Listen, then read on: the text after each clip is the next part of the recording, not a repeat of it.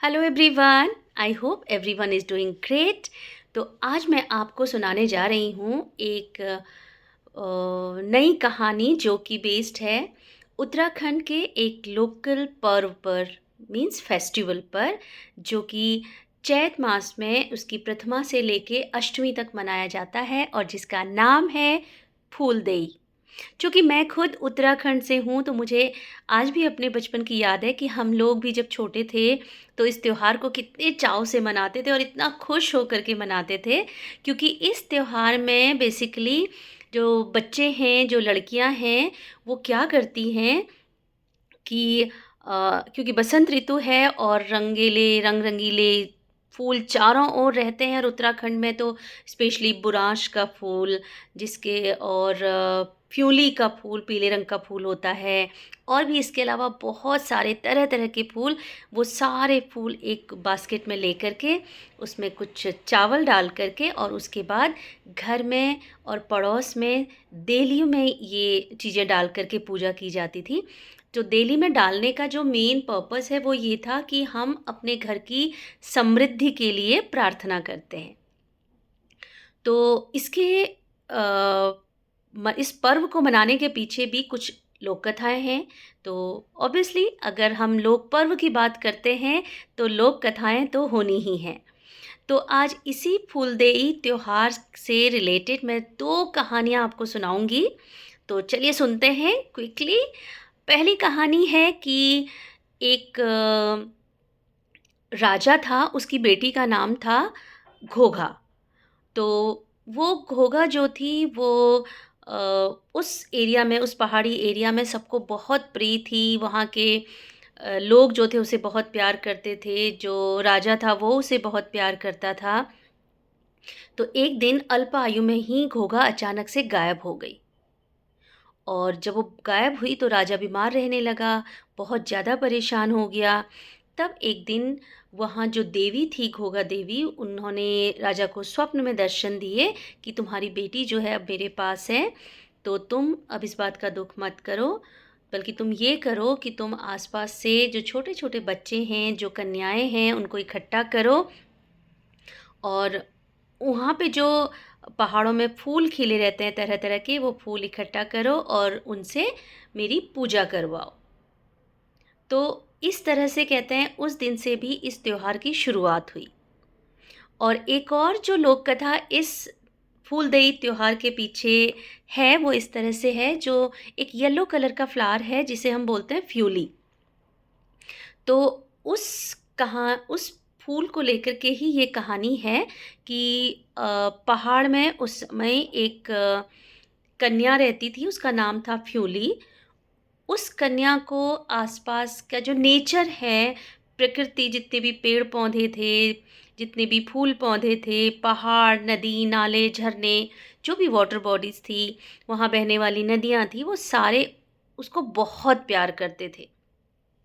तो वो उन्हीं के बीच में पली-बड़ी थी। तो एक बार एक राजकुमार उस एरिया में आता है और राजकुमार ने जब फ्यूली को देखा तो दोनों ही एक-दूसरे को पसंद करने लगते हैं, एक-दूसरे से प्रेम करने लगते हैं और राजकुमार फ्यूली को शादी करके अपने राजमहल ले जा लेता है।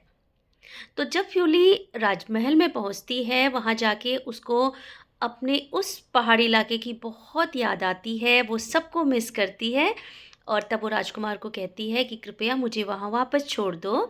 और राजकुमार उसको बोलता है कि मैं तुम्हारे बिना नहीं रह सकता, इसलिए मैं तुम्हें नहीं छोड़ सकता।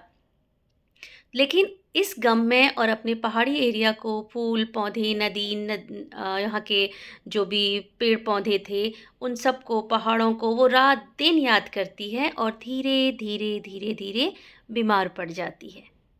तो इसी बीमारी के साथ एक दिन उसकी मृत्यु हो जाती है।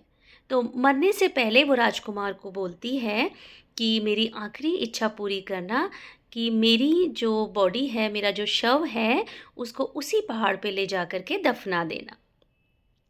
तो राजकुमार, जो कि उससे बहुत प्यार करता है, उसके मरने के बाद उसकी शरीर को लेकर के वहीं पहाड़ पे जाता है और पहाड़ की चोटी पर उसे दफ़ना देता है। तो जहाँ उसे दफ़नाया होता है, कुछ दिनों के बाद वहीं पर येलो कलर के फ्लावर्स उग जाते हैं, जिन फ्लावर्स का नाम वहाँ पे लोगों ने बाद में फ्यूली नाम दिया उसी लड़की के नाम पे। और उस फूल के खिलते ही वापस से उस पहाड़ी इलाके के पेड़-पौधे हरे-भरे हो जाते हैं, नदियों में वापस से पानी आ जाता है, पहाड़ फिर से अब मुस्कुराने लगते हैं। तो इस तरह से उस फ्यूली की याद में भी इस फूलदेई का त्योहार मनाया जाता है। तो इस फूलदेई के दिन बच्चे जब ये एक बास्केट में खूब सारे फूल और चावल लेके जाते हैं और घर-घर में जाके हर घर की देली में उन्हें डालते हैं और लोगों की समृद्धि के लिए कामना करते हैं, भगवान से प्रार्थना करते हैं। तो बदले में जो घर वाले हैं, उन बच्चों की बास्केट में या प्लेट में कुछ पैसे और गुड़ और कुछ भी जो मीठा है, वो वापस डालते हैं। तो बाद में कई जगह पे उत्तराखंड में और गढ़वाल दोनों में ये कुमाऊँ और गढ़वाल दोनों ही जगह कई जगह ये पूरे 8 दिन तक मनाया जाता है और कई जगह ये 4 दिन भी मनाया जाता है। मोस्टली ये त्योहार every year 14th and 15th मार्च को मनाया जाता है। तो जब ये त्योहार ख़त्म होता है उसके बाद जो भी चावल होते हैं उस फूलदेई, छम्मादेही के बाद जो बच्चों के पास रहते हैं, जो भी गुड़ है या जो भी उनके पास इस तरह का सामान होता है, उन चीज़ों से मिला कर के कुछ मीठा बनाया जाता है और उस पैसे से जो पैसे इकट्ठे होते हैं, उस पैसे को भी कई लोग उसी से घी खरीदते हैं और उसी घी में हलवा वगैरह भी बनाया जाता है। तो इस तरह से ये उत्तराखंड का बसंत ऋतु के टाइम पर बहुत ही फ़ेमस लोक पर्व है और ये उस लोक पर्व को मनाने के पीछे की कहानियाँ हैं।